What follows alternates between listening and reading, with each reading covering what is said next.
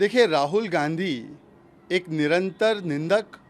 और भ्रामक प्रचार के वितरक बन चुके हैं और किस प्रकार से एक व्यक्ति का विरोध करते करते देश विरोध में उतर आते हैं राहुल गांधी, इसका परिचय उन्होंने बार बार दिया है। चाहे विदेशी धरती पर जाकर भारत की संस्कृति पर सवाल उठाना हो, चाहे भारत की सेना और संस्थाओं पर सवाल उठाना हो,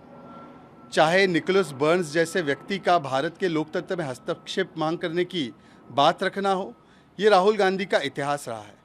परंतु जिस प्रकार की बातें राहुल गांधी करते हैं, आज जब पूरी दुनिया भारत को वैश्विक पटल पर, आर्थिक पटल पर एक उज्जवल केंद्र की तरह देख रही है, एक चमकते हुए सितारे की तरह देख रही है, जब ब्रिटेन के ही सांसद खड़े होकर भारत की प्रशंसा कर रहे हैं, जब राहुल गांधी के ननिहाल देश से वहाँ की प्रधानमंत्री भी भारत की प्रशंसा कर रही है, उसी दौरान राहुल गांधी एक भारतीय सांसद ब्रिटेन की भूमि पर जाकर भारत की बदनामी का बेड़ा उठाते हैं और कहते हैं कि भारत में संस्थाओं पर हमला हो रहा है। ये किस प्रकार की विडंबना है और दोहरे मापदंड है कि जिसके परिवार में इमरजेंसी का डीएनए हो, जिसने किशोर कुमार से लेकर कई मूवीज़ और किताबों पर प्रतिबंध लगाया हो, जिसने बोलने की आज़ादी से लेकर सुप्रीम कोर्ट के साथ और संस्थाओं के साथ छेड़खानी की हो, आज वही व्यक्ति इस पर पाठ पढ़ा रहा है। कहते हैं कि मेरे फ़ोन में पेगासस है। एक तरफ तो सुप्रीम कोर्ट का जब फैसला आता है तो उसको मान लेते हैं और उसका जश्न मनाते हैं, और जब इसी सुप्रीम कोर्ट ने इस विषय में एक फुल एंड फाइनल ऑर्डर सुनाया है तो उसको मानने से इनकार करते हैं। जब इसी सुप्रीम कोर्ट ने सभी नेताओं से कहा था कि यदि उनको शंका हो तो वो अपना फ़ोन जमा करवाए, तब राहुल गांधी अपना फ़ोन नहीं जमा करवाते। वो कहते हैं कि अल्पसंख्यकों पर हमला हो रहा है। आज जब पूर्वोत्तर में कांग्रेस पार्टी विलुप्ति की ओर जा चुकी है, 180 में केवल 8 सीट उन्हें मिली है, जहां पर भारतीय जनता पार्टी को 5 गुना ज़्यादा सीटें मिली है, जहां पर लोगों का विश्वास पाने में भारतीय जनता पार्टी सफल रही है, क्योंकि माधव हो या मैथ्यू हो, सैंड्रा हो या सुनीता हो, सबके पास प्रधानमंत्री नरेंद्र मोदी जी की सामाजिक जनकल्याणकारी नीतियों का एक प्रकार से लाभ पहुंचा है। तब जिस प्रकार से राहुल गांधी, जिनके परिवार का इतिहास 1984 के दंगों से हैं, वो इस प्रकार की बातें करते हैं, तो समझ में आता है कि केवल भारत की बदनामी करने का ही बेड़ा उठाने का काम राहुल गांधी ने किया है।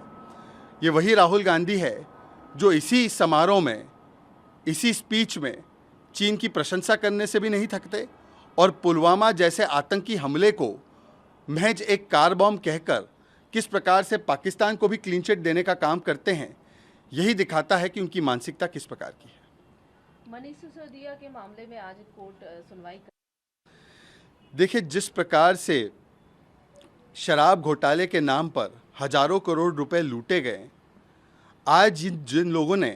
किया है भ्रष्टाचार अपरंपार, जब उन पर कार्रवाई होती है तो वो चिल्लाते हैं अत्याचार अत्याचार, और किस प्रकार से बच्चों का भी इस्तेमाल करके अपने आप को बचाने के लिए दुराचार पर उतर आए हैं। इसके ऊपर भी एनसीपीसीआर ने नोटिस जारी की है। किस प्रकार से आज जो शराब घोटाले में लिप्त है, सवालों का जवाब देने के बदले केवल विक्टिमहुड कार्ड खेल रहे हैं। यही विक्टिमहुड कार्ड उन्होंने सत्येंद्र जैन के मामले में खेला था। 9 महीने से सत्येंद्र जैन जेल में है। विजय नायर के लिए खेला था, 6 महीने से विजय नायर जेल में है। आज मनीष सिसोदिया के लिए खेल रहे हैं। मनीष सिसोदिया को रिमांड में कोर्ट ने भेजा है, मतलब प्राथमिक दृष्टि में उन्हें कुछ ना कुछ मिला है मनीष सिसोदिया के खिलाफ, इसीलिए उनकी रिमांड दी गई है। अभी तक कोई मामला क्वॉश नहीं किया गया है। परंतु इन सवालों का, शराब घोटाले के सवालों का जवाब देने के बदले बार बार विक्टिमहुड कार्ड खेलना और डाइवर्ट करने की कोशिश की जाती है। ये शर्मनाक बात है कि जिस व्यक्ति ने स्कूल के पास शराब के ठेके खोल दिए, मोहल्ले मोहल्ले में स्कूल बने इसकी चिंता नहीं की, बल्कि शराब के ठेके खुलवा दिए, आज स्कूल के प्रशासन से दबाव डलवाकर उन्हीं स्कूल के बच्चों से अपने लिए लेटर लिखवाने का इस प्रकार से काम भी कर रहे हैं, जो कि शर्मनाक है। जो सवाल शराब घोटाले को लेकर भारतीय जनता पार्टी लगातार पूछती आ रही है कि 2.5% से 12% कमीशन कैसे हुई, किस प्रकार से आपने होलसेल में प्राइवेट को आने दिया, किस प्रकार से 6% कमीशन लेकर आपने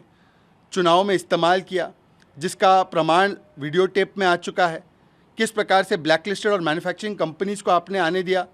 इसके ऊपर एक भी जवाब नहीं दे रहे हैं। और अगर कोई भ्रष्टाचार नहीं हुआ अरविंद केजरीवाल जी, तो उनको बताना चाहिए कि नई पॉलिसी हटाकर पुरानी पॉलिसी पर क्यों गए, क्यों आप ही की आरटीआई ने कहा कि 2,500 करोड़ का नुकसान हुआ है। तो इन सवालों का जवाब नहीं दे रहे हैं, केवल और केवल विक्टिमहुड कार्ड खेल रहे हैं।